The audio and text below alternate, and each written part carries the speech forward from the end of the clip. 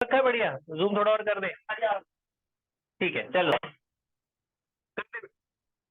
Chapter 9 application of trigonometry, trigonometry का ही part है। कुछ बेसिक जानकारी आपको दे दी जाए इसमें। एप्लीकेशन ऑफ ट्रिग्नोमेट्री के अंदर दो बातें याद रख लेना। पहली बात होती है बेटा एंगल ऑफ एलिवेशन। जब आप नीचे से ऊपर देखते हो, अगर मैं जब ये ग्राउंड है, ग्राउंड इसमें सरफेस इस तरह से बना देते हैं, एक सीधी लाइन। ये टावर है, इसके ऊपर मैं ग्राउंड के किसी एक पॉइंट से टावर के टॉप पे देख रहा हूं। मैं यहां से यहां देख रहा हूं, तो ये ग्राउंड के साथ जो एंगल मैं बना रहा हूं उसे एंगल ऑफ एलिवेशन बोलते हैं। एंगल ऑफ एलिवेशन ये थीटा है। ठीक है, दो एंगल याद रखते हैं। एंगल ऑफ एलिवेशन मतलब नीचे से ऊपर देखते टाइम जब ये एंगल बनता है, जैसे मैं नीचे देख रहा हूँ, मेरी गर्दन ये कितना एंगल बना रही है ग्राउंड के साथ, तो ये होता है एंगल ऑफ एलिवेशन है। और एंगल ऑफ डिप्रेशन, ऊपर से नीचे देखने को एंगल ऑफ डिप्रेशन कहते हैं। जब आप टॉप पे खड़े हो, छत पे हो, और सीरियस पढ़ते टाइम सीरियस, यहाँ छत पे हो, छत से आप किसी पॉइंट पे ग्राउंड में देख रहे हो, तो एंगल ऑफ डिप्रेशन ऊपर से जब नीचे देखते हैं तो एक पैरेलल लाइन जरूर बनाते हैं। ग्राउंड के पैरेलल यहाँ एक लाइन बनाएंगे, इसको एंगल ऑफ डिप्रेशन बोलते हैं। इसी के ऑल्टरनेट ये वाला एंगल होगा। ये दोनों एंगल ऑफ डिप्रेशन है, मतलब एंगल ऑफ डिप्रेशन ये है एक्चुअल में, लेकिन ये ऑल्टरनेट आपने इसके इक्वल बनाना है। तो एलिवेशन क्या होता है? नीचे से ऊपर देखना। हाँ, ऑल्टरनेट एंगल्स आर इक्वल।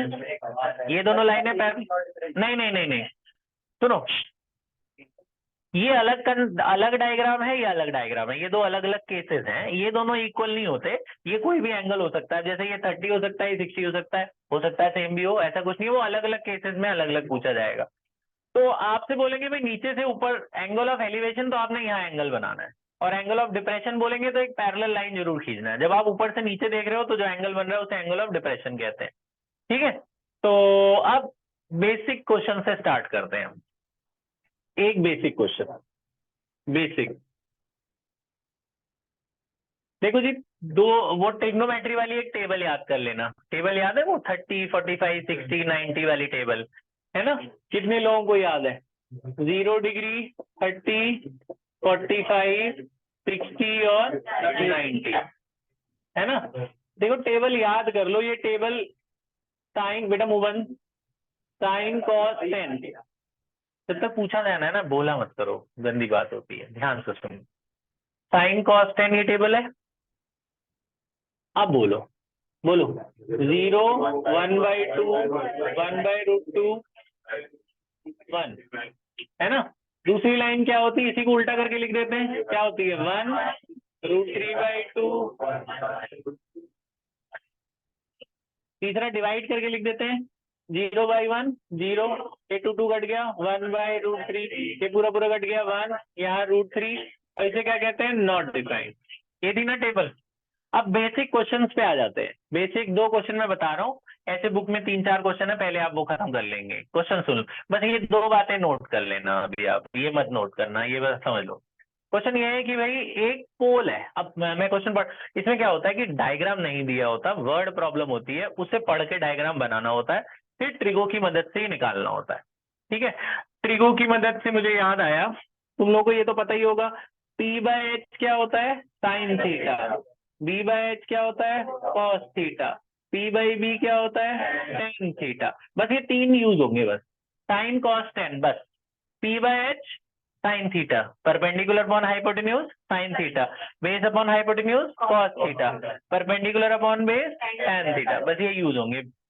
पहला question, a pole is standing on the ground. अच्छा, इस चैप्टर की मदद से एक्चुअल में भी इसका इस्तेमाल होता है, प्रैक्टिकल लाइफ में भी। जैसे मैं जमीन पे हूं, मैं नीचे हूं, और मैं किसी बिल्डिंग को देख रहा हूं, बिल्डिंग बहुत ऊंची है, तो आप जमीन पे खड़े खड़े ट्रिगो की मदद से बिल्डिंग की हाइट नाप सकते हैं, बिना बिल्डिंग के उतनी बड़ी कोई भी आपके पास मेजरमेंट इंस्ट्रूमेंट के। ट्रिग्नोमेट्री की हेल्प से आप किसी भी चीज का, ट्रिग्नोमेट्री की हेल्प से ही सन, अर्थ से सन का डिस्टेंस मेजर किया गया। ट्रिग्नोमेट्री की मदद से ही अर्थ से मून का डिस्टेंस मेजर किया गया। ट्रिग्नोमेट्रिक के हेल्प से ही ये जो चंद्रयान गया, इसमें भी ट्रिग्नोमेट्रिक बहुत सारी इन्वॉल्व है। तो कहने का मतलब ट्रिग्नोमेट्रिक बहुत अच्छी चीज है, जिससे आप यहाँ पे बैठे बैठे किसी भी चीज को कैलकुलेट कर सकते हैं, डिस्टेंस को, एंगल को कैलकुलेट करके। एक प्लैनेट से दूसरे प्लैनेट का डिस्टेंस भी ट्रिग्नोमेट्री कैलकुलेट करके बता देती है, रफली यहाँ से बैठे बैठे अप्रोक्सीमेट डिस्टेंस। तो जैसे उसने बोला कि भाई एक पोल है, वो जमीन के ऊपर है, तो आप ऐसे एक जमीन बना दोगे, एक सिंगल लाइन, ये पोल बना दोगे, पोल सीधा है।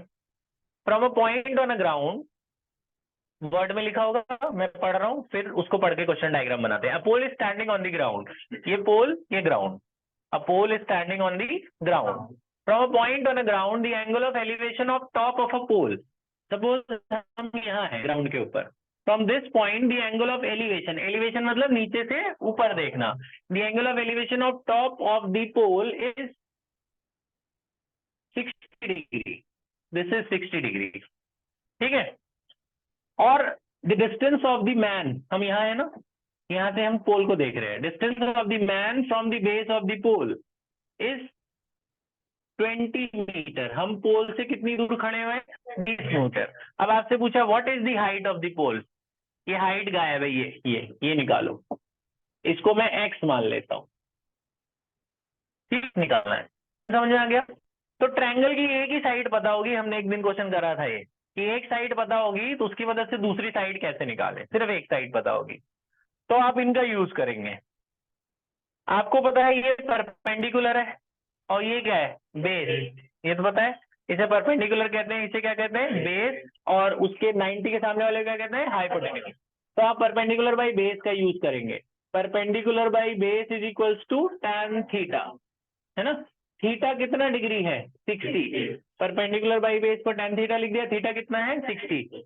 तो इसमें परपेंडिकुलर क्या है, x, बेस कितना है, 20, tan 60 की वैल्यू कितनी होती है, √3, तो ये ऊपर चला जाएगा, तो इसकी वैल्यू आ गई 20√3। तो बस ऐसे ही छोड़ देना है। कई बार होता है वो √3 की वैल्यू दे देते हैं, जैसे √3 की वैल्यू वो लोग दे देते हैं 1.732 होती है √3 की वैल्यू, वो जब दें तो लगाना, नहीं तो यही छोड़ देना। अगर वो √3 देते हैं तो पॉइंट में निकालना पड़ेगा आंसर। 2 2 4, 3 2 6, 7 2 14, 2 1 2, तो 34.64 मीटर आ गई है बिल्डिंग की हाइट, समझिए। तो अगर वो बोले √3 की वैल्यू तो इतना करना है, नहीं बोले तो यही छोड़ देना, ठीक है, √3 में छोड़ देना। बात समझ में आई, ठीक। तो एक साइड पता थी, दूसरी साइड अच्छा रे, क्या करेंगे आप, आपको कैसे पता कौन सा लगाना है, नोन बाय अननोन, ये याद कर लो, या अननोन बाय नोन। जो नहीं पता था और जो पता था उनकी रेशियो लेनी है, मतलब दोनों में से एक जरूर पता होना चाहिए। मुझे परपेंडिकुलर नहीं पता था लेकिन बेस तो पता था, अगर ऐसे ले ली कि दोनों ही नहीं पता तो फिर क्या करोगे, फिर तो होगा ही नहीं ना। तो मैंने ये बाई ये लिया। अब अगर मुझे ये दिया होता और ये निकालना तो मैं ये बाई ये लेता। जो दिया है और जो नहीं दिया उनकी रेशियो लेके करते हैं, है ना, नोन बाय अननोन या अननोन बाय नोन। तो परपेंडिकुलर बाय बेस से ये निकल गया, ठीक है। फिर एक क्वेश्चन है, अच्छा अगर आपको ये निकालना होता ये भी निकाल लेते ना, तो आप ये बाय ये ले लेते, ये निकल जाता। जो दिया है और जो नहीं दिया उनकी रेशियो लेके करना, मतलब इन्हीं तीन में से यूज होगा, या साइन या कॉस या टेन, ठीक। अच्छा जी, दूसरा क्वेश्चन आपकी बुक में है, एक एक पेड़ था, आंधी आई और पेड़ का एक पार्ट टूट के गिर गया, ऐसा टेढ़ा सा गिरा जमीन के साथ, मतलब पूरा पेड़ नहीं गिरा। जैसे ये पूरा पेड़ था, ध्यान सुनना, ये पेड़ था, आंधी आई और यहां से टूट के इतना पोर्शन, ये इतना पोर्शन जमीन के साथ गिर के ऐसे लग गया, ये पहले इतना बड़ा था, ये इतना पोर्शन जमीन के साथ गिर के लग गया, ठीक है। अब बोला है कि अब जो ये पेड़ गिरा है नीचे, ये एंगल बना रहा है इधर 30 डिग्री, 30 डिग्री एंगल बना रहा है बेस के साथ, ठीक है। और आप यहाँ हो, यहाँ से पेड़ का बेस का जो डिस्टेंस है वो 10 मीटर है। आपसे बोला बताओ पेड़ कितना ऊंचा था, पेड़ तो इतना ऊंचा था ना ये पूरा, है ना।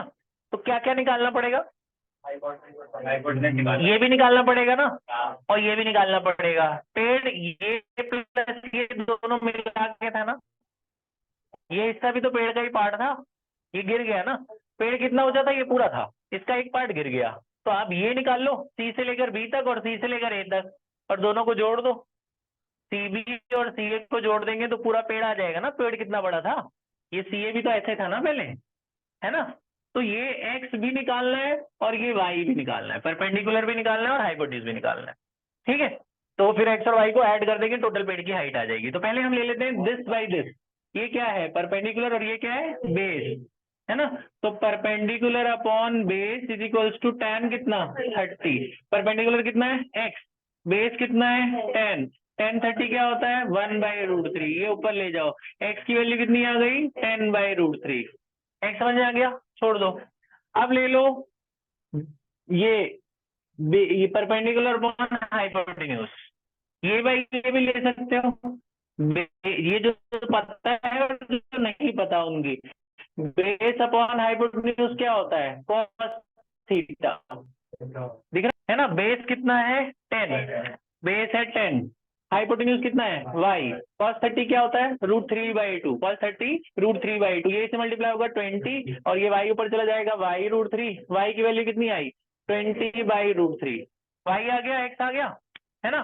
पेड़ कितना ऊंचा था, हाइट ऑफ ट्री क्या था x प्लस वाई, x की वैल्यू कितनी है 10/√3 और वो कितना आया 20/√3, तो 30/√3 आ गया ना, है ना। इसको रैशनलाइज कर लेना, नीचे रूट नहीं होना चाहिए ना, तो 30/√3, √3 कितना हो गया 3 से कट गया 30, तो हाइट ऑफ ट्री कितना आ गया 10√3, तो पेड़ इतना ऊंचा था 10√3, आए समझ में। ठीक है, ऐसे सिंपल सिंपल क्वेश्चन देते हैं, बोलते हैं एक पोल एक ना वो था, जैसे तुमने देखा होगा जो खंबे गाड़ते हैं बिजली वाले, जो बड़े बड़े खंबे होते हैं उसके साथ एक सपोर्ट करने के लिए तार लगाई जाती है टेढ़ी सी, ताकि वो गिरे ना। एक तो नीचे जमीन में गाड़ते हैं खंबे बिजली वाले, और ऐसे ऐसे तार नहीं लगाई जाती किनारे किनारे ताकि वो सपोर्ट हो। तुमने फ्लाईओवर पे भी देखा होगा, जब फ्लाईओवर बनता है तो फ्लाईओवर के साथ ऐसी ऐसी तारें लगाई जाती हैं, वो जो बड़े बड़े वो बने हुए ना, सिग्नेचर ब्रिज गए हो, सिग्नेचर ब्रिज में ऐसे साइड साइड में तारें लगी हुई है ना सपोर्ट करने के लिए। तो ऐसे बोलेंगे कि भाई सिग्नेचर ब्रिज की हाइट कितनी है, अगर हम लोग यहाँ से इसके साथ ये तार है, ये सिग्नेचर ब्रिज है, यहाँ से यहाँ तक का डिस्टेंस दे देंगे, बोलेंगे हाइट बताओ, निकाल लोगे सेम। बोलेंगे बताओ ये तार की लेंथ कितनी है, तो ये भी निकाल लेना। मतलब एक साइड पता होगी, एक एंगल पता होगा, बाकी दोनों में से कोई भी साइड निकाल सकते हो सिर्फ इन तीन की मदद से, है ना। ठीक है, तो आप बेटा ये दोनों लिख लो, फिर हम इंपॉर्टेंट वाले शुरू करेंगे, पहले बेसिक्स कर लो।